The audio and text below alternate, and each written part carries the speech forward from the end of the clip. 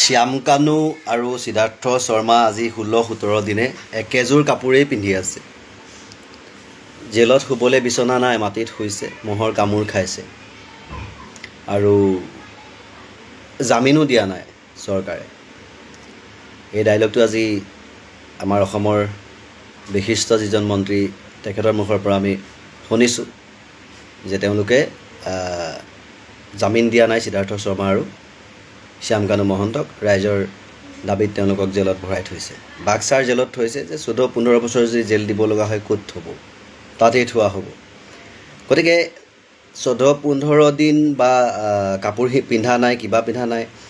জেলৰ আচলতে আমাৰ ভাৰতীয় যিটো আমি সাংবিধানিক হিচাপেও পাওঁ বা আমি দেখোঁ, জেলৰ ইউনিফৰ্ম থাকে আচলতে কয়দীৰ। এজনৰ ইউনিফৰ্ম এযোৰেই নাথাকে। চ' সেই কয়দী ইউনিফৰ্ম পিন্ধিবলৈ দিব লাগে, একেযোৰ কাপোৰতে কিয় ৰখা হৈছে? আৰু আমি জামিন দিবলৈ মানা কৰা নাই, জামিন দি দিয়ক। জামিন দিয়াটো আমিও বিচাৰোঁ। যে জামিন কিয় দিয়া হোৱা নাই? যে জামিন দি দিয়াৰ লগে লগে ৰাইজৰ ৰোষত পৰি যাব, 14 বছৰ জেলত থকাই ভাল, জামিন দিলে কিন্তু লগালগ শেষ হৈ যাব। তেনেকুৱা কথা বতৰাৰ কাৰণে জামিন দিয়া নাই। গতিকে মানুহক ওলোটা বেট পঢ়াই লাভ নাই। আৰু দ্বিতীয়টো ভিডিঅ' পাইছোঁ যে অসমত জুবিন গাৰ্গৰ অনুৰাগী আগত বেলেগ আছিল আৰু এতিয়া বেলেগ হৈছে। তাৰমানে সেইখিনি মুছলমান মানুহ। কালি নে পৰহি মই কালি কৈছিলোঁ হ'বলা, কোনোবা মিয়া সম্প্ৰদায়ৰ অকণমান বয়সস্থ মানুহজনক ধৰি নি পেলাই মানে মিডিয়াৰ আগত কিবা এটা পইচা দি সোধ-পোছ কৰিছে যে আপুনি জুবিনৰ কথা যে চিঞৰি আছে, জুবিন অনুৰাগী হৈ পেলাই জুবিনৰ ন্যায় বিচাৰি, আপুনি জুবিনক চিনি পায় নে? বোলে নাপাওঁ।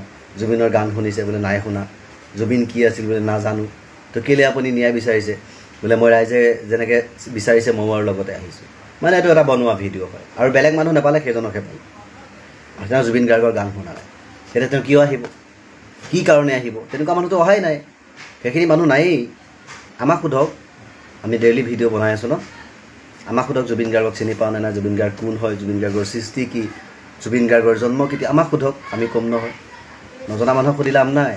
গতিকে সেইখিনি সুধি লাভ নাই। যিখিনিয়ে ৰিয়েল আচলতে অনুৰাগী হয় সেইখিনি সোধক, কি জানে কি নাজানে জুবিন গাৰ্গৰ বিষয়ে। গতিকে এইবিলাক তুলুঙা মন্তব্য দি মই কালি পৰহিয়ে গম পাইছোঁ যে এই মানুহজনৰ কথাটো আহিব। এইটো আহিবৰ কাৰণে আচলতে প্ৰথম এডভাৰটাইজ কৰা হৈছে। এডভাৰটাইজ কৰি মানে এইটো খেল কৰা হৈছে। আৰু এইটো টপিক আমি মুখ্যমন্ত্ৰী ডাঙৰীয়াৰ পৰাই জানিব খোজোঁ যে যোৱাকালি নে পৰহিৰ ভিডিঅ' নাজানো, ফেচবুকত পাইছোঁ। আপোনাৰ এই ওপৰৰ মাল পীযুষ হাজৰিকা ভঙা মাতেৰে কৈ গৈছে যে স্পষ্ট কথা, ৰাইজে ভাল পালেও বেয়া পালেও সেইটো নাজানো, কিন্তু অসমীয়া মানুহে এইবাৰ ভোট নিদিলেও হিমন্ত বিশ্ব শৰ্মাই মুখ্যমন্ত্ৰী হ'ব। এই কথাষাৰ কিমান দূৰ আচলতে যুক্তিপূৰ্ণ কথা ক'লে তেখেতে? মানে এইটো কি এনেকুৱা ধৰণৰ কি হ'ল? এই কথাষাৰে কি বুজাব খুজিছে? এই কথাষাৰে আপোনালোকৰ দলটোৰ প্ৰতি কি বুজাব খুজিছে? আৰু কৈ আছে যে একাংশ মানুহে ৰাজীৱ সদিয়াৰ মৃত্যুৰ সময়ত জুবিন গাৰ্গৰ সমালোচনা কৰিছিল আৰু সমালোচনা কৰা সেই মানুহখিনি আজি জুবিন গাৰ্গৰ ছাপোৰ্ট কৰি আছে। জুবিন গাৰ্গৰ সমালোচনা কৰা মানুহখিনি অকল বিজেপি আৰু RSSৰ মানুহে আছিল, বেলেগ কোনো নাই। আপুনিও সমালোচনা কৰিছিল যে মোৰ জাতি নাই, মোৰ ধৰ্ম নাই বুলি কৈছিল, তাক লৈ আপুনি সমালোচনা কৰিছিল। তাৰপিছত আপোনাৰ দীঘলী পুখুৰীৰ গছ কাটিবলৈ নিদিয়াক লৈ সমালোচনা হৈছিল, বহুত কিবাকিবি সমালোচনা শুনিছিলোঁ। গতিকে আজি জুবিন গাৰ্গে দেশ সলাব পাৰোঁ, জ্বলাব পাৰোঁ বুলি কৈছিল, সেইখিনিও কৈছিল। গতিকে সকলো মিলি পেলাই তেখেতক আঁতৰাই দিয়া হোৱা নাইতো। গতিকে এতিয়া আঁতৰাই দিয়াৰ পিছত ৰাজপাত পাম বুলি ভাবি এতিয়া দেখিছে যে ৰাজপাত ৰাইজে দেখোন একেবাৰে 26লৈহে অপেক্ষা কৰাবলৈ কৈছে, 26ত সলাই দিব। সেইকাৰণে জোৰ জবস্ত আসন লোৱাৰ চেষ্টা কৰা নাই নেকি? তেনেকুৱা ধৰণৰ হৈছে নেকি?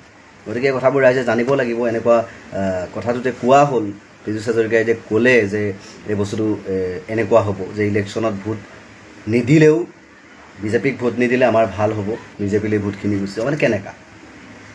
এই কথাটো কিন্তু ৰহস্য আছে। টেম্পাৰিং হ'ব নেকি? যে বেলেগৰ যদি ভোট দিবলৈ যায় সেইখিনি বিজেপিলৈ যাব, বিজেপিৰখিনি বেলেগত ভোট যাব, তেনেকুৱা হ'ব নেকি? গতিকে এবাৰ ৰাইজ সাৱধান হ'বৰ হ'ল। ইলেকশ্যন সমাগত। গতিকে আমি জাষ্টিছৰ লগতেই কিন্তু আমি এই কথাটো গুৰুত্ব দিব লাগিব যে ইলেকশ্যন সমাগত, কিন্তু ইয়াত ৰাজনীতিৰ লগতে বহুত ডাঙৰ হয়তো ইয়াত কূটনীতি সোমাই থাকিব পাৰে। সেই কূটনীতিয়ে হয়তো ৰাইজক আকৌ এবাৰ হৰুৱাই দিব পাৰে, অসমবাসী ৰাইজক। গতিকে ৰাইজ সাৱধান, ইয়াত গুৰুত্ব দিয়াটো ভাল। আৰু আমি দেশৰ ৰজাৰ পৰাও সুধিব বিচাৰোঁ যে আপোনাক ভোট নিদিলে আপুনি মুখ্যমন্ত্ৰী আকৌ হোৱাৰ মানে কথাটো কেনেকুৱা ধৰণৰ? ৰাইজক এবাৰ বুজাই ক'লে ভাল হ'ব, নহ'লে ৰাইজে কথাটো ভুল বুজি কিন্তু বহুত কিবাকিবি ভাবিব পাৰে। তো ধন্যবাদ। Justice for Zubeen Garg. জয় জুবিন গাৰ্গ। ধন্যবাদ।